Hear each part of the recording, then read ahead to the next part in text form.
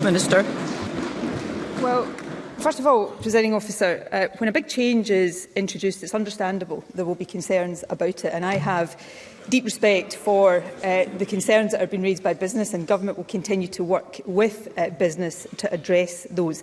But frankly, the sheer opportunism of some opposition parties who have supported this scheme, rightly supported a deposit return scheme, previously criticised the Government for taking too long to introduce it, to now indulge in knee-jerk opposition.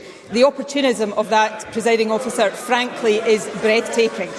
And so too is the, and I'll use a parliamentary term that I believe is polite enough, so too is the blatant distortion of some opposition politicians. And yes, I am talking about Alister Jack in particular.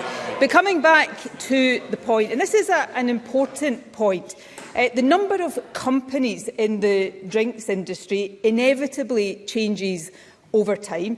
And at the outset of introducing this scheme, it was estimated that there were around 4,500 companies. However, significantly less than that will have to register, because once groups of companies registering under one registration are identified, the estimated number of individual producers, importers, will be below 2,000. But that's not actually the most relevant statistic. The most relevant statistic is the share of the market, the percentage of products that are included.